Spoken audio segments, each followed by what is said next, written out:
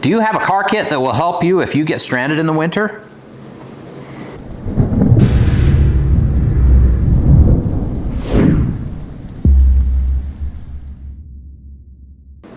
Hey, Provident Preppers, I'm Jonathan. And I'm Kylene.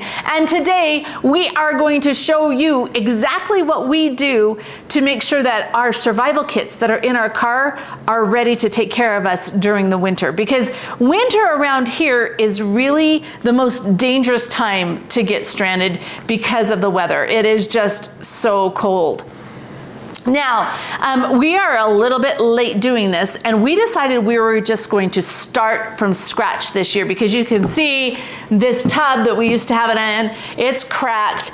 But the system that we had before, we have this really heavy-duty tub, which even we killed a heavy-duty tub, but that fits in the back of our Suburban. And then inside of here, we also put this backpack that was full of more of the personal necessities, because what's in here we would never travel with. But if we ended up having to go on foot someplace, this little backpack would have been really easy to transport. So before we get started and tell you what we put in our kits, we need to go through some older stuff. So these are actually from 2011. That's how long it's been since we changed it out. And they're just little foot warmers. And to make them work, you just shake them, right? And we want to see if, because right now it's December 2021, are these still going to work? Would they still be effective? We did buy a new box for our kit, right? Because that would be really bad to get stranded someplace without them. But foot warmers are pretty nice to have, or hand warmers, same thing, right? No, not quite the same thing, but foot warmers, hand warmers, anything like that would be very, very valuable if you got stranded. So It's starting to get warm. But just barely. Yeah, so far they're not real warm, but we'll check them. See what happens. Now, the other thing that we have in there is glow sticks. And the reason why is because you want to not only see, like with a flashlight, but you want to be seen, and glow sticks can be really effective. But it is a chemical reaction that occurs, and that chemical reaction can, over time, not be as strong. So we're going to just open these that we had, because like I said, we're going to put new ones in here. And this is a good way to test them all out. And it doesn't really matter what kind of glow stick. Oh, what? Wow. Excuse me. She gets into her work. Just a moment. She gets into her work. Look at that. Okay, I'm back. I'm glad that didn't happen when we were stranded someplace, because that would have been pretty frustrating. So now, while we wait to see whether or not these are actually going to work, we're going to show you a little bit about what we've put in our kits. Now, the first thing that you need to do is evaluate your risk. For us, getting stranded in the middle of a snowstorm, that's a pretty high risk. And part of the reason is because shelter is critically important, right? You could freeze to death before help was able to arrive. So for us, we need to make sure that we've got what it takes to stay warm until help does arrive. Exactly right. And things you want to consider is your climate. You know, are you in a cold climate, a warm climate? All this is definitely going to affect, and also kind of your travel patterns. Are you just running back and forth to the store or to work real close? That makes a difference, but also consider you may have to evacuate. So play that into it, but yes, the risk analysis is really important for you to understand, what am I preparing for? And then you can do it right. And sometimes that takes a little bit of maintenance on the car. The project for today was to replace this car battery. Now we've got the new battery in. The old battery was more than 5 years old, and it was starting to sound like it was not at full strength, which it wasn't. But we decided, instead of waiting till we're broken down somewhere, we'd do it in advance. Just get it done, and then we don't have to worry about it. So that good maintenance makes a big difference. Now, what I usually drive the Suburban, and I usually have kids with me. And so my kit looks a little bit different. And I'm only running back and forth fairly short distances. But when we go on any longer trip, then Jonathan has all kinds of things in his kit. So we're gonna talk about his first, because it's much more fun than mine. Well, I don't know if it's more fun, but things that might be important to you. So one of the things that I think is important is just some basic tools. You don't have to have a fancy kit. You don't have to, you know, have a full setup, but sometimes just some basic tools that can do some basic things. And we recognize that sometimes, especially with these newer cars, there's a lot of things you just can't work on, even if you have a little bit of experience. So, you know, but a few basic tools are good to have. This is my basic tool. So when he talks about basic tools, these are much more basic. Duct tape. That's a good one to have. Fix a flat. Yeah. We have some in there. And then we've got, I know, it's my little sissy hammer, but it works better than a high heel on a battery when I'm pounding on the battery with my high heels. Yeah, either way. And there's just different little tools in here to make small repairs. For the most part, if I get stranded someplace, I have no clue how to fix the car. Jonathan would. I can do a few little things. And maybe you're not even going to fix the car. Maybe you just are somewhere, you're on a picnic, and you need to, something needs to be fixed real quick. So anyway, just a few little tools, nothing real fancy. Now, in our Suburban, I had this come along. Now, do you really need a come along? If you're going into mountainous areas, I mean, a winch would be even better, but most people don't have a winch on their vehicle.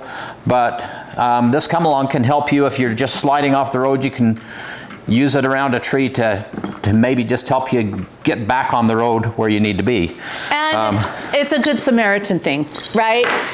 Me personally, I honestly don't really know how to use it. And so I couldn't be a very good Samaritan, but if you stopped to help me and you knew how to use it, it would be nice for me to have it, right? Yeah. Depending on how much trouble I got myself into. Some good leather gloves, and guess what? There's one glove in here. I don't know why. I don't know where the other one went, but having a good pair of gloves is, I think, important. I like to have some ratchet straps in the car. These come in handy if I'm going to the hardware store. I need to strap something on top. If I'm pulling the trailer and just need to tie things down, but I like to have some ratchet straps. Now again, you're not going to necessarily have to have all this stuff. Now this one, Kylene looked at and said, that's stupid. I did. Why? Isn't there one with the jack? There is one with the jack, but in some cars, it's almost useless. It's just a piece of junk. This gives you more leverage and the ability to get those lug nuts off if you need to. So I like this. She thought it was kind of goofy, and it does take up a little more room, but I like it much better than what comes on most jack kits. And we've defined our relationship, so I am the one that will be sitting in the car while he's out there fixing it so he can use whatever tools he wants. Sure. Shop towels, I'd just like to have these. They're good for all kinds of things. This was another one Kylene was laughing at me about. So after you use the Fix-A-Flat, if it doesn't inflate it enough, or if you just need a little more air in one tire, this will actually take air from one tire and put it into the other. And you think, well, why would you do that? Because I'd rather have 2 half-full tires than 1 full tire and 1 flat tire. Anyway. There you go. This one I think everybody should have, jumper cables. That is a common thing that happens, whether it's your car or somebody else that you can help out. Jumper cables I think are important. I like to have some flares, just again to be seen. I don't like to have these where the kids can play with them, the grandkids, because that gets a little exciting. Not that we've had an experience with that, but we could. But we've experienced grandchildren. A tow rope. So, and you can see this one actually is tied, which is not ideal, but it broke on one of our adventures and I need to get it replaced. Until then, it's tied, like I said, not the best, but that will get replaced. And a little shovel, and we'll talk about that here in a minute. Oh, wait, let me also. show you. Wait. So while we're talking about his shovel, so these we got at Costco. They were this season, I think it was 20 bucks, 25 bucks maybe for both of them. But they're great because they can be used as a snow shovel. If you look at that one, it's gonna be hard to shovel a lot of snow. But when I get myself stuck, sometimes I need to be able to move some of that snow. And the handle on this telescopes. Anyway, so it's just a really cool little shovel. So we bought one so that we would have them, a package. They come in packages of 2, so that I have them for both John's car and my car. And Kenny was upset because she wants her van kit redone too, so we'll have to take care of that. Oh, yeah, we'll have to do that. So now we have enough shovels, and we've got another one in the garage. And So we've they're got nice, plenty. lightweight. Yeah, and that's the thing. They're nice and light, and they compactly fold down. So good stuff. Anyway, I think that's a pretty good summary of what we've had in ours. Yours is going to maybe be a little different. Like I said, you evaluate what you need and get that put together. But now the real fun part starts in just a second. So let's look at these, feel them. So these are 11 years old. They're warm, just a little bit warm, but not much at all. Yeah. And these normally certainly will get really nice and hot. They do have a shelf life, so make sure it's a good lesson that you rotate through what's in your kit. And you know, whatever you can use to make your kit. I know we have somebody who likes to put theirs in an igloo in the back of the car because it protects the contents, and yet it also is a little bit of an insulative protection. We have in the past used a bucket, a 5-gallon bucket with a Gamma Seal lid, because it's really important for us to protect the contents from the kids. But this time, I've kind of got a new plan. So hang on and we'll show it to you. Okay, so this kit is designed specifically for me because I am the person who usually drives this car, right? And so Jonathan's would be different with all those manly tools, but this is what I like to do. Now, first of all, I want to talk to you about what I'm putting in it. This is a Zuka bag, and it's really cool just because it's super sturdy. It has wheels, and this can be used as a seat. Now, there are a few things that I don't like about it. Will you put that down? There are a few things that I don't like about it. And one is that it's kind of hard to pack things in. If it was like oriented this way, it would be easier to pull things out. But you need some type of sturdy container. And because of my MS and my limited mobility at times, I really liked something that had wheels and something that I would have the ability to sit on. So that is why I made this choice. I actually ordered one for my regular emergency survival kit, but I didn't look at the size, and so I got a mini one, and that's not okay for my personal one. So you'll see my regular bug out bag is on a different one of these, but so I think this is a really good use for it. Now, the first thing that we're concerned about is shelter, right? The ability to stay warm. If we get stranded in that car someplace, and this, if you click the card in the corner, it will take you to a video that we made about the tea lights, and you can do some other type of candle configuration, but in here there are tea lights, and you can just put them in the bottom here and let them burn, and it becomes a nice little heater that would do a good job of warming a space in the car.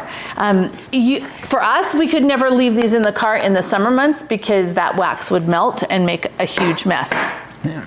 Now, one of the other things that we always have would be the N95 masks, because you never know what kind of situation you're going to get yourself into. When it comes to shelter, a blanket for the warmth or to be over and around you. This happens to be some free emergency blanket we got somewhere. I can't even remember where. But so that's why we use that one. And we like to have a couple of extra blankets just folded in the back of the car, because all winter long. Sometimes our kids think that it's summer and they don't wear coats, and so just having some blankets is a great thing to have. So he's right. We have 3 big quilts that we keep in the back of the car, along with a case of water bottles that we always have a case of water bottles back there, because you never know when that's going to come in handy, whether for you or for somebody else. So this is actually blue can or blue can water? Mm-hmm. Blue can water. Yeah. And it's kind of cool. It's in this little cooler, but the water is in these cans. And so I like, because nobody's going to actually pop the top of this and drink it like we are always drinking the water from the case of water bottles we have in the back. So I'm pretty much guaranteed that this can stay in the car under the seat. These can freeze and break, just like if you put a pop can in the freezer. So you do have to protect them from freezing. Now let's talk about some of these are just, what do we call them, little cube Packing cubes. Packing cubes, that's what it is. And this one, I have written on the front of them exactly what's inside. And the reason why is because it takes a lot of digging to go through stuff. But as part of the shelter, there are things in here like these emergency ponchos. I have one for every seat in my car because I never know how many people. There are 8 passengers or 8 seats in it. And so there's the potential of 8 passengers in the car. So that's part of what we have in this little kit are the ponchos and the glow sticks, paper and pens in case we need to leave a note on the car, and things like that. Now this one has 8 winter caps and 8 pairs of winter gloves, one for every person in there, because as Jonathan taught me once, when you're cold, putting a hat on your head makes all the difference. And if you've just gotten in that car and you've run out with everybody for just a few minutes and they weren't necessarily appropriately dressed, this could be incredibly helpful. In this one, I have my first aid kit, whistles and matches. I also have, I'm pretty blind when it comes to close up. And so I also have an extra pair of readers in here. There's hand sanitizer, there's all kinds of just different stuff that we might need. And because we are still in a pandemic, we never know when we're gonna need masks. We have just regular masks. These N95 masks would be really good if there was some type of a chemical spill or if there's something burning. Those are really good, but these are more appropriate for respiratory type things and staying well. I have a little umbrella. Okay. When I'm driving like to do a presentation or something, a lot of times I'm not wearing good walking shoes. And so because of that, I always need to keep a pair of good walking shoes and socks in this bag in case I have to end up walking home, right? Because that's the goal of this, is to be able to get home safely, right? Or to be able to stay okay until help arrives. Now, as my preference to put in here for some type of nourishment would absolutely be chocolate. However, that doesn't go really well in it. It just doesn't, right? Well, okay, for one thing, knowing it's back there, I'd never be able to leave it alone. It's true. So this is just some freeze-dried snacks. This is freeze-dried frozen corn, which if you've never tried it, it's so good. It's so good for snacking. And then these are freeze-dried pears. We're not planning on surviving for 3 days out there. We're planning on living long enough that we can get home, right? If we were planning to go on an extended trip, there are other things that we would want to put on in here, such as self-defense, things that we wouldn't normally travel with in our everyday life. And some additional supplies of food that we'd probably throw in. Yeah. Cash might be also important. Most of the time, I would have my purse on me, which would have a couple of different credit cards in and a little bit of cash, but some cash in this kit might also be helpful. Can you think of anything else that I've missed? Light is really important. Oh, light is really important. Oh, and you've got those. And attached on the side here and tucked down the side, there is a good flashlight. This particular flashlight, these are 4 Patriot products. This one has a window breaker in case you came on an accident, you needed to break a window, a seatbelt cutter, just some different things. Lights here, flashlight here. It's got a phone charger on the back side here. It's solar powered. So it's kind of a versatile little thing. And the reason why it's not inside the bag is because it's solar powered. Right, so we want it to be able to be charged by the ambient light. Or getting some of that light just to keep these charged.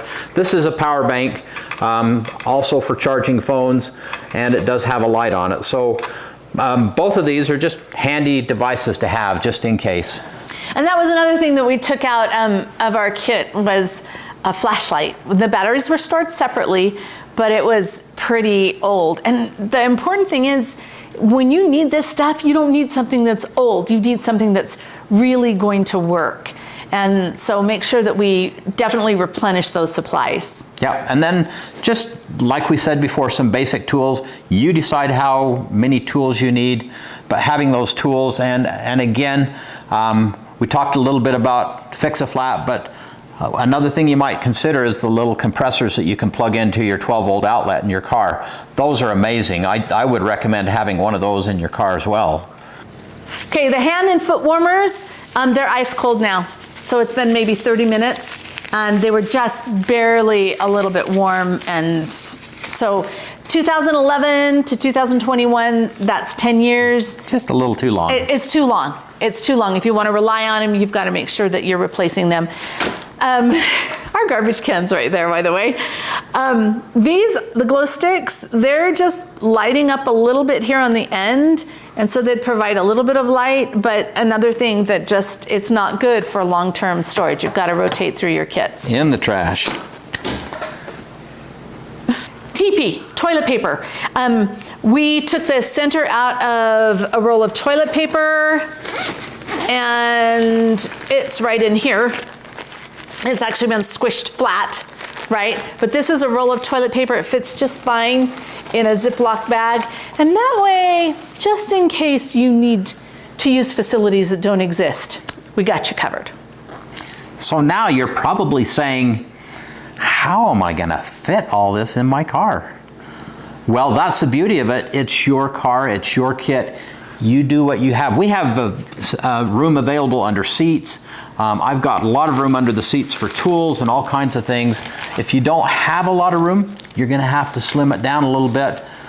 But yes, having this kit is important. It can provide all that you need in event of a crisis or some other situation. And do what makes sense for you, right? Yep, exactly. If I lived in Hawaii, oh, let me tell you, my kit would be so different. Yep. So. And now for the question of the day. What do you like to have in your car kit? Comment below. And thanks for being part of the solution.